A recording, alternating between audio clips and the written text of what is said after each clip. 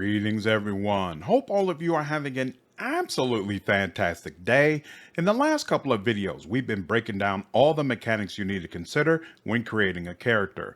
At some point in the near future, I'll go over all the archetypes, but for now, I want to finish reviewing the features in character creation that we haven't covered yet, specifically your triumph, darkest hour, characteristics, and your skills. Some of these selections are absolutely critical to your playthrough, so I want to make sure all of you are well informed. Before we dive into that, let me remind everyone that here at Slandered Gaming, we focus on RPGs, and more specifically, CRPGs. You can find builds, guides, and live streams for games like Pathfinder Wrath of the Righteous, Baldur's Gate 3, and Pillars of Eternity. If that kind of stuff interests you, be sure to hit the like button and subscribe so you don't miss any future content.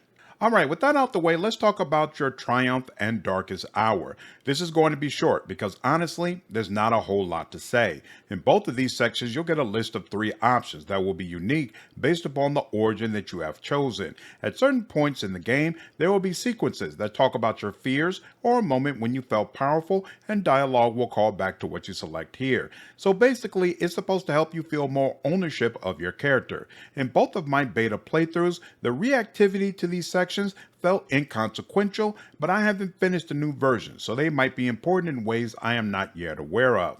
I don't think so though, because I've seen videos from a couple of other creators talking about this, and it seems like we are all on the same page. I know many of you have asked about this, and I wish there was more relevant information to provide, but currently, that's all that I have. Next up, let's go over all the characteristics and the skills that are associated with them. This may seem cut and dry if you've already played D&D or Pathfinder before, but by having already played the game, I can provide some relevant information that isn't immediately obvious by just reading the description.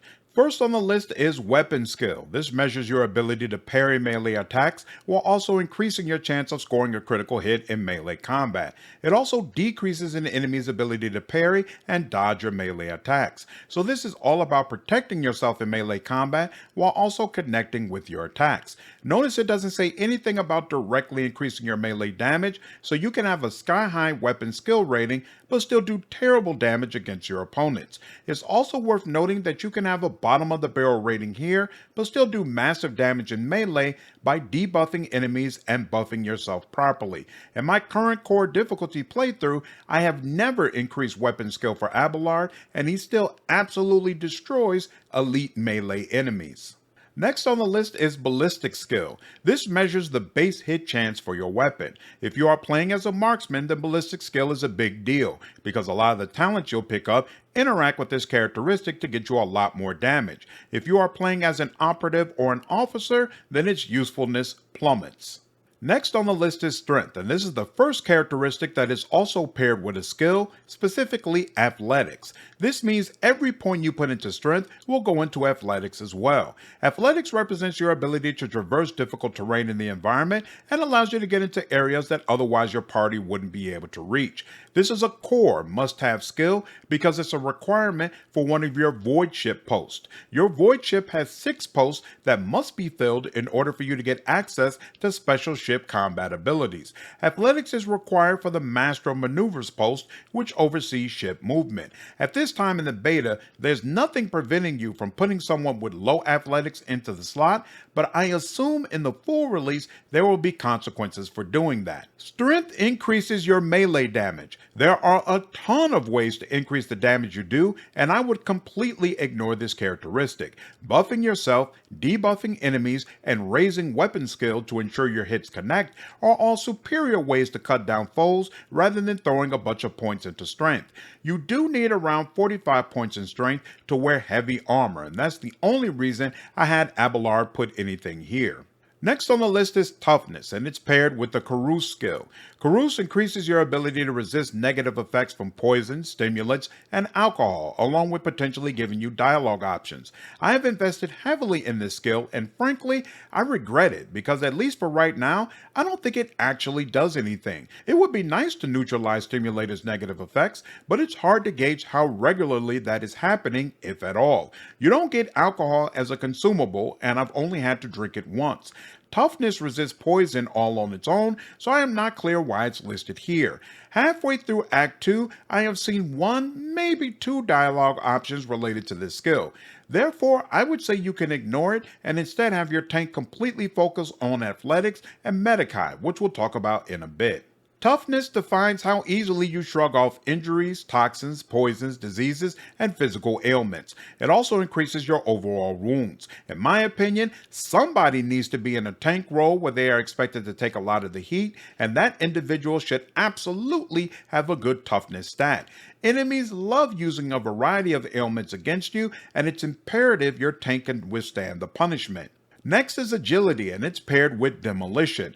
This skill is used to deactivate traps placed by non-Xenos or non-demonic enemies. Sometimes it can also help you unlock a container. It's absolutely a must-have skill, as there are a ton of traps throughout the game world, and tripping them can place injuries or even traumas on your characters. In addition, this skill is required for the Master Cannoneer's ship post, which is responsible for managing onboard artillery.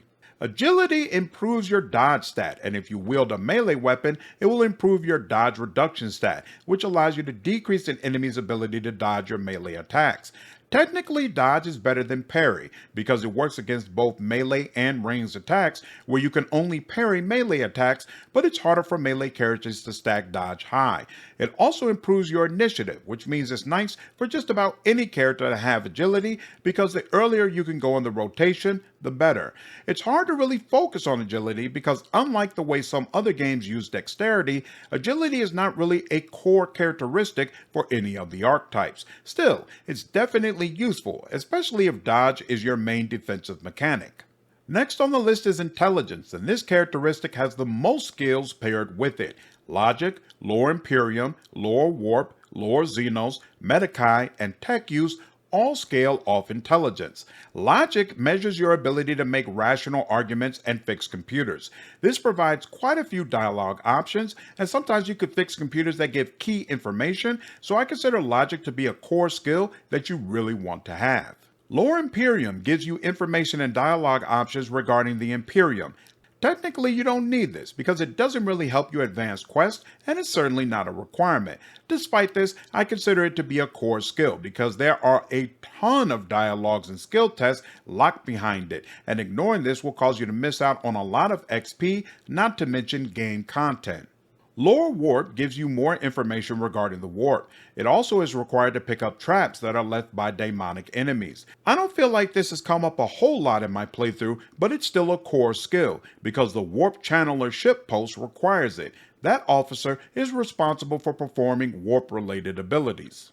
Lore Xenos gives you more information about aliens and is required to pick up alien traps. This is absolutely a must-have skill, as you will face a ton of Xenos and oftentimes need to pick up their traps. Medicae increases the number of wounds you can heal with medikits, allows you to use higher quality medikits, and makes you more effective at curing injuries. Without a doubt, somebody on your team should be highly skilled in this area, and I dip a few points into it for everybody so that my entire team can use medikits. This makes a healer unnecessary, as everybody is able to be a lot more self-sufficient. Last on the list is tech use, which allows you to open locked containers while also hacking into computers. This is a must-have skill, not only because it gives you access to a ton of loot, but also it's required for the Shield Master ship post, which is responsible for managing your ship's technical systems. Intelligence measures your acumen, reason, and knowledge. If you are an operative or want to heavily invest in the skills we talked about, this is absolutely a must-have characteristic. Otherwise, you can completely ignore it. Perception is paired with awareness, and this allows you to notice traps and hidden objects. Again, there are a ton of traps in this game, so you absolutely want someone heavily skilled in this area. It's also the required skill for your Master of Etheric ship post, which analyzes your Vox systems and looks for traces of the warp. Perception allows you to reduce an enemy's dodge chance against your attacks. It's useful for all ranged characters, but marksmen and operatives most especially have talents which tie in directly with this characteristic. Willpower measures your ability to withstand the warp, exert control over other people, and resist negative mental or psychic powers. It definitely came up in conversation multiple times, but I didn't experience a real punishment for failing the test. Psychers will want to invest heavily here, but otherwise, you can probably ignore it. Last on the list is Fellowship, and it's paired with Persuasion, Coercion, and Commerce. Persuasion is the most important of these skills and will unlock a ton of dialogue options for you that will provide more favorable rewards. It's also necessary for the Supreme Commander post, which is responsible for giving orders to the other ship posts. Definitely a must-have skill. Coercion measures your ability to manipulate and intimidate people into doing what you want. This seems to come up less often than Persuasion, but there have definitely been a couple of pivotal moments where Coercion was the only option. Finally, we have Commerce, and this measures your business sense and ability to drive a hard bargain. Thus far, I would say this is the weakest of the three skills and doesn't come up that much. Take that with a grain of salt, because in the last two acts, I assume your rogue trader empire will be in full swing, and you might really benefit from having a high commerce stat. Fellowship measures your ability to charm and interact with other people. It's a critical characteristic if you're playing as an officer, and Warrior gets a little bit out of this as well. Otherwise, you can completely ignore it. This wraps up the information I have regarding triumphs, darkest hours, characteristics, and skills in Rogue Trader. I'll continue covering this game up to its release, so again, let me know down in the comments if there's any particular videos you want to see. Hope all of you enjoyed this video. Take care!